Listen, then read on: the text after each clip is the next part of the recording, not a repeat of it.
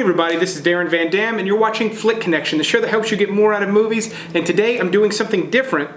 No movies, I'm just telling you about the best shows you can currently watch on Netflix. You've been asking me, bugging me, nagging me for months to do this. The only reason I haven't is because I spent so much time recommending movies for you, I don't have time to watch shows. So I'm setting aside a full week, I'm binge watching nothing but shows, and I'm going to report back to you and tell you which ones are the best.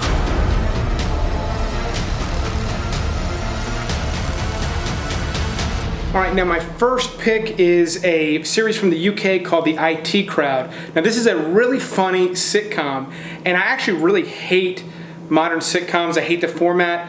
This one feels like a modern sitcom, but it's really, really funny, and they have a lot of fun with that basic live studio audience format. It works for this show, and I really, really appreciated it.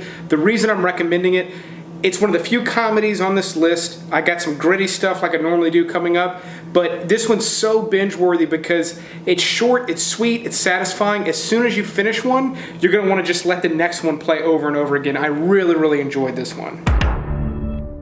Now you may remember back in the early 2000s there was a murder case where a guy named Michael Peterson supposedly murdered his wife, and he claims she fell down the stairs. It was a big court case at the time. The Staircase is a documentary that followed that court case in amazing detail.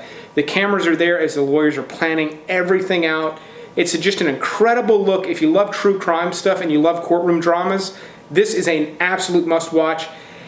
I've never been so close to such a major trial for so long. I will say it is an exhausting 13 hours. And just to clarify, this actually came out about 10 years ago, maybe a little longer, and Netflix recently added 3 episodes, I believe, because there have been even more recent developments in this case. Like I said, exhausting 13 hours though, and I've got to get some caffeine in me, but this is not going to be enough.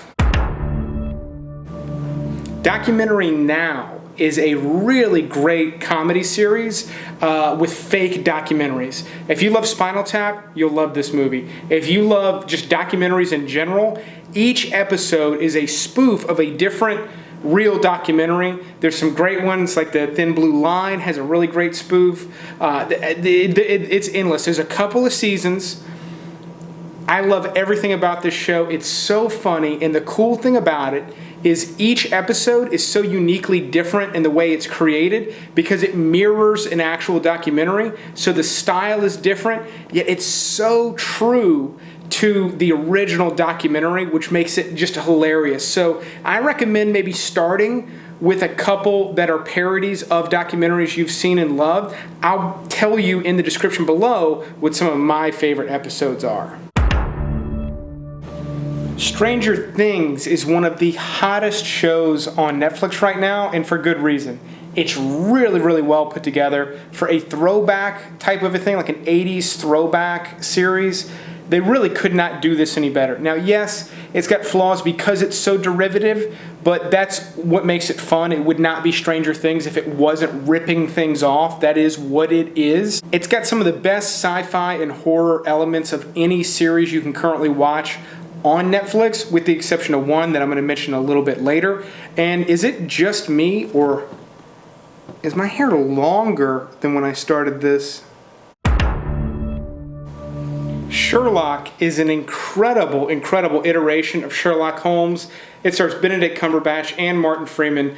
Both of those guys have become, they were famous when the show started, but they've become phenomenally famous since this show, so they don't continue to make it. They should be producing more seasons, I believe, but there are several seasons on Netflix right now.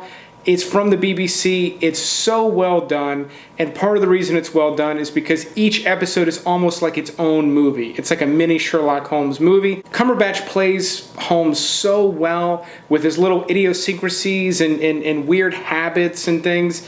The villains are great in it. The production value is great. It really, really is just like watching a movie. In fact, pay attention to the runtime on these because a couple of them will sneak up on you. Whereas most shows are an hour, some of these are an hour and a half. So even though the seasons are very, very short, it's still a fairly long watch to get through these. So don't sit down thinking you're going to knock one of these out in 45 minutes. They're typically about 90 minutes long each. If you like this type of content, definitely click that subscribe button, click the like button, click the little bell. It's the only way you're going to get notified if I put new content out. But I put new content out like this all the time. I know that's 3 clicks. It's a lot of work, but honestly, I've been sitting here so long. This shirt is starting to become one with me. So yet another show from the UK, Luther, which is a really great detective drama starring Idris Elba, who is one of the baddest motherfuckers on the planet. I love this show for several reasons. One, he's just this detective with an edge, doesn't play by anybody's rules but his own. Very cliche, but it's so perfect. And really, one of my favorite elements of this is these seasons are only a few episodes long. Some of you won't like that, but for somebody that watches a ton of movies, I can burn through an entire season of Luther and not break a sweat, which is what I just did. In fact, I feel like I barely lost any sleep watching Luther. But on that note, I did come up with a hack for the lack of sleep that I'm getting. And I figure, in theory, if I wear an eye patch while watching, I can let half of my brain go to sleep while the other half watches. Makes perfect sense. We're going to try it out, see whether or not it works. So my number 4 pick, Peaky Blinders, is actually promoted as a Netflix original here in the US. It's not a Netflix original over in the UK where it is created, but it is a really, really cool turn-of-the-century gangster story. If you're a fan of The Sopranos, Boardwalk Empire in particular, Peaky Blinders is going to be your cup of tea. I will say the thick accents, I know a lot of Americans have trouble understanding the thick British accent. I'm fairly decent at it because I've been watching British gangster movies since I was a teenager, so I can kind of pick up on it. But if you do have trouble with it, you're probably going to have a little trouble with this show, but you can turn the subtitles on. Speaking of Peaky and being blind, this eye patch I think is actually working. I don't feel any better, but I actually don't feel much worse. So it must be doing something. I'm just having to switch sides, which is weird. Black Mirror is actually a really cool anthology series from the UK.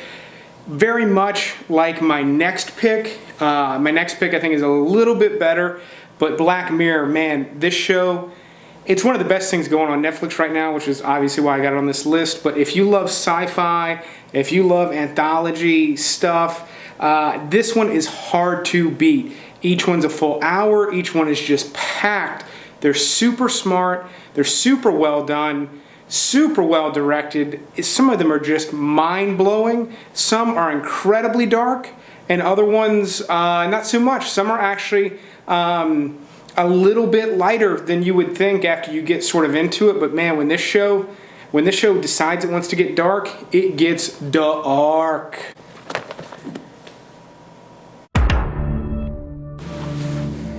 So, the Twilight Zone. There are a lot of episodes of the Twilight Zone, but I love this show. My eyes are burning. My blood feels warm, but it was worth it. I watched all the Twilight Zone episodes. I love everything about this show, even though it is now, creeping up on 60 years old.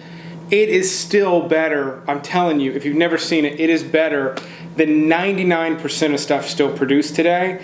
I highly recommend watching it. I highly recommend maybe starting with some of the most classic episodes. There are a lot of them, like the one that's playing right now. I may add a couple of the top recommendations in the description below, but definitely, for the love of God, just check out some of the Twilight Zone episodes if you've never bothered to watch them because they're in black and white.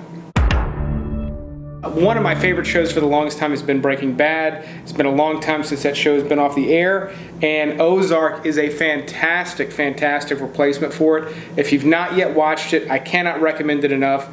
Jason Bateman stars in it. I don't want to give anything away. It is nothing like Arrested Development. It's very, very much in the vein of Breaking Bad. It is worth the binge watch. Trust me. The good thing is there was only one season. And I'll get a little bit of a break in my binge watching extravaganza because I get a little time before season 2 starts, because it starts in 36 hours.